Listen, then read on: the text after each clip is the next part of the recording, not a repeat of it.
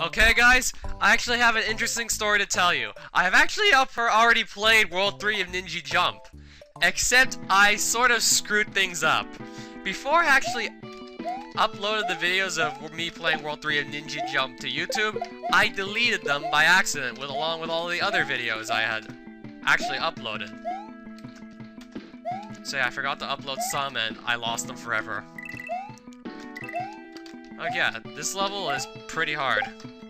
World 3 and all of a sudden difficulty just jumps here with pokeweed planes. You gotta know how to slide. Gotta time all your jumps perfectly.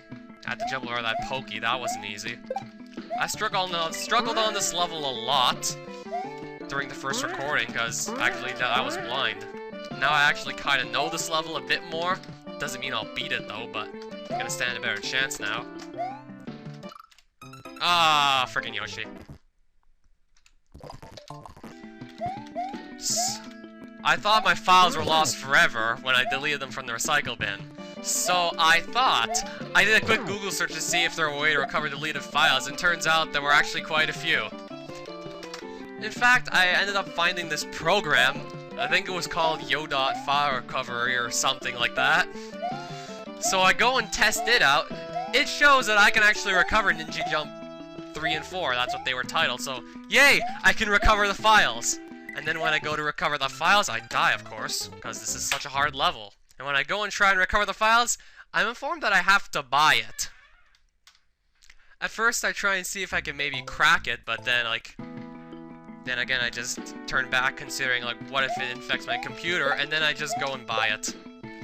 It cost me 60 bucks. Well, actually, it was supposed to be 40 American, but our exchange rates suck! So, yeah. It turned out to be 60 in Canadian. Fucking level! Okay. So I bought Yoda File Recorder. I mean, Recovery. I said Recorder. I have Camtasia. So I bought Yoda to try and recover my files. This guy's gonna come back at me! He's not gonna leave me alone. So I tried to recover some files. I figure out that I can. Once I buy it, I recover the files, I get them back, but then I try and play them in QuickTime Player. It doesn't recognize either MP4 file. Then I try and upload them to YouTube. It can't process them. And then I try and do a file recovery. It turns out that it says that the file is severely corrupted and nothing else can be done to it. I then looked up how to repair a severely corrupted file, and it said ultimately the best way to fix it is to fix it manually. And trust me, I have no idea how to do that. So you could just kiss your data goodbye. So not only did I delete my recordings of World 3 and Ninja Jump by accident, I spent 60 bucks on something and that restored them, but the files were corrupted, so 60 bucks also got wasted. Now, as a YouTuber, I have profited approximately negative 60 Canadian dollars. I'm making failure look like an art form here. Oh, now what do I have to do? Ah! Too early. I'm not doing this level. Because if I did, I'd probably just waste all my time anyway. I'd probably just spend the whole video on this one level. Now with that explained, I'm gonna go to Jalapeno Junction. Honestly, you'd probably say Jalapeno Junction or something like that, because you'd probably get taken in by what looks like alliteration. I mean, both words begin with J, but they don't start with the same sound. And yes, minecarts are found via this pipe ahead, otherwise are dead ends. Feel free to look around first.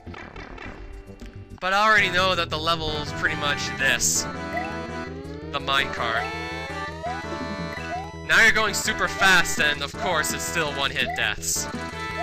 I mean, pretty much the whole hack has been one-hit deaths. That can explain why there haven't been that many enemies. It shouldn't be that hard to dodge the enemies if, let's say, you're gonna die in one hit all the time. Like that, it just died, see?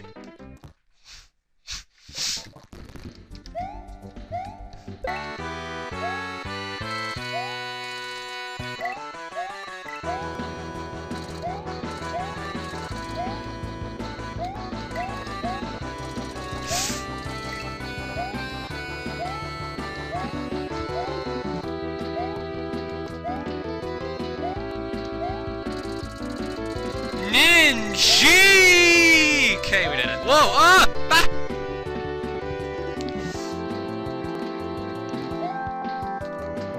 Yeah, this level took me a lot more tries in my first recording.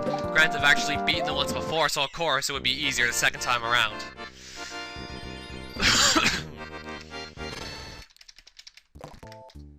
Now then, pumpkin pipelines.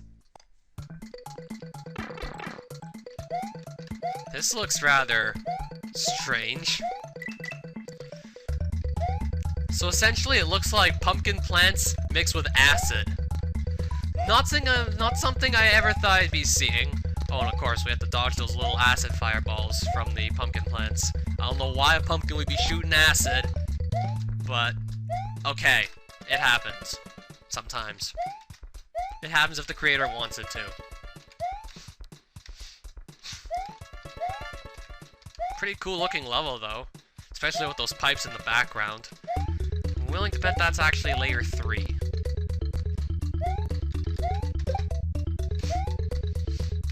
Waiting here, and here, and here, and here, and here. Oh, one skull. And I gotta dodge all these flames while I'm at it. This is gonna be fun.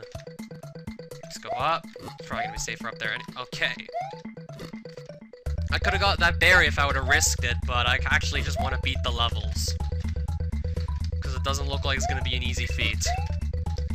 Considering I've already seen how hard Pokeweed Plains got, and I didn't even bother finishing that.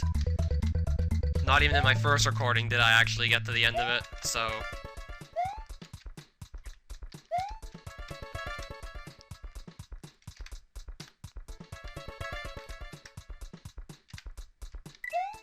And okay, we're still alive. Man, how much more level is it? Oh, okay, we gotta go back on the skulls. Great.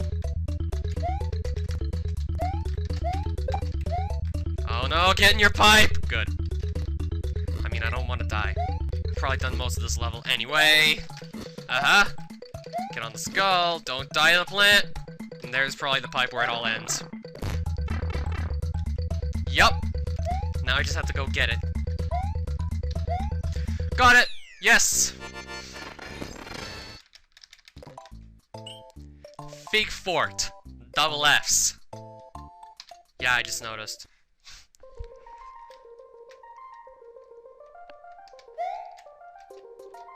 Wow, I really like the look of this one.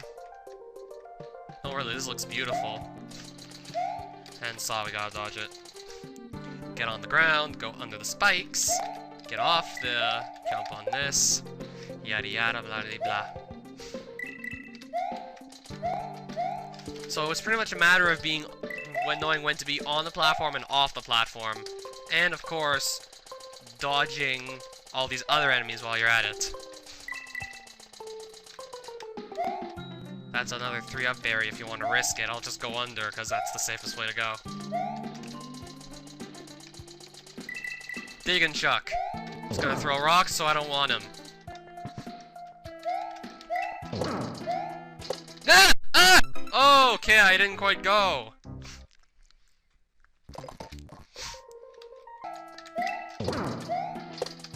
Get off the... There we go. That was close. Kind of. Get rid of this guy. And wait for the bullet to shoot, and then we're gonna go under. Yeah, okay, that was close. You gotta be careful, because always, one-hit deaths. And then he throws this at your face. Keep in mind that one-hit deaths. If I get hit just once, I die. And it looks like it would be pretty easy to get hit with all these bullets on screen. And I'm dodging fuzzies too while I'm at it. Splendid.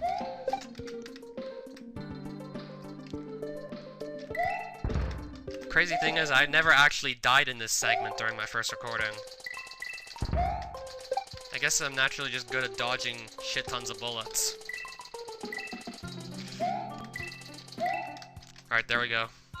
The ending's not too far from here, anyway. It's just a matter of making this puny little jump, and then hopping over this rock, and then going in the pipe. And then you're done with Fig Fort. Figalicious. I can't believe I just said that.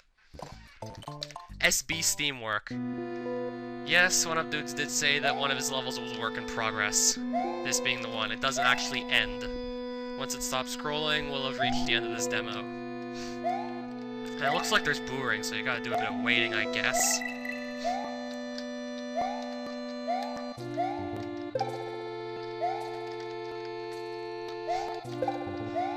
Jump! There we go.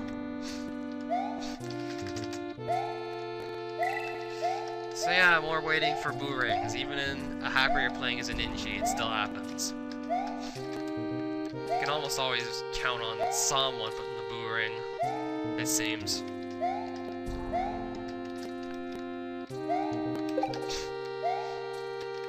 Now we gotta do a few small jumps. Not only did I like the fact that it's like a pretty well done silhouette level, but it looks pretty freaking cool that the background is actually in the foreground now. Usually it's the other way around. And this is where it ends. It doesn't scroll anymore to the right, you can't go in either pipe, so yeah, you're pretty much done here. Yeah, I really like that the foreground's in the background. Maybe that foreground, the background, the foreground obstructions that you can't interact with, maybe those are layer 1, I'm saying on layer 2, who knows? So anyway, that's the end of Ninji Jump. This was definitely an interesting hack overall. Though, like, it was pretty slow paced. Your ninja can't run, you can't spin jump, so, like, it's pretty much tougher to do things. There's also the one-hit deaths, which is a nuisance.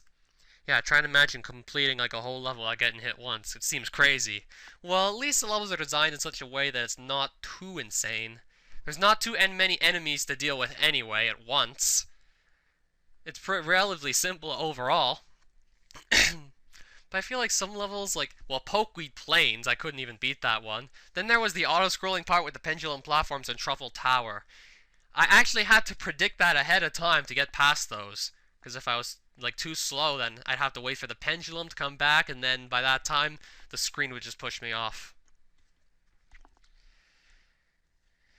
But like in terms of visuals, it's amazing what he did with the original Super Mario graphics, all the remixing. It's absolutely amazing how he made the levels look. They all feel fresh and like something unique. So yeah, this was a pretty interesting thing overall. Hopefully it improves based on what I've said about it.